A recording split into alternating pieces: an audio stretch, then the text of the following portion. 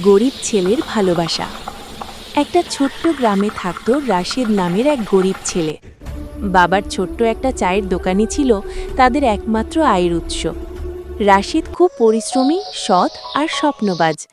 দিনে বাবাকে সাহায্য করত আর রাতে কেরোসিন বাতির আলোয় পড়াশোনা করত। একদিন পাশের শহর থেকে গ্রামে বেড়াতে আসে মেহজাবিন। সে শহরের বড়লোক ব্যবসায়ী ইমরানের একমাত্র মেয়ে। বড় বাড়ি, দামি জামাকাপড়, গাড়ি সবকিছুতেই সে অভ্যস্ত।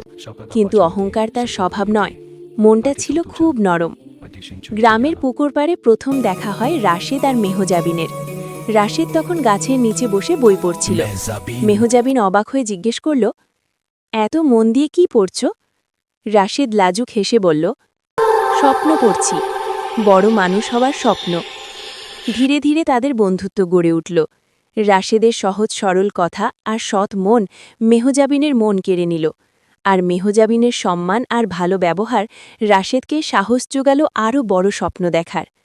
কিন্তু সমস্যা দেখা দিল যখন মেহজাবিনের বাবা এই সম্পর্কের কথা জানতে পারলেন। তিনি রেগে গিয়ে বললেন, একজন গরিব ছেলের সঙ্গে আমার মেয়ের সম্পর্ক হতে পারে না। মেহজাবিন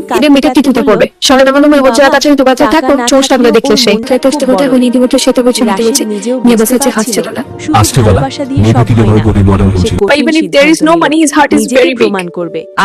শহরে গিয়ে পড়াশোনা আর কাজ একসাথে শুরু করলো।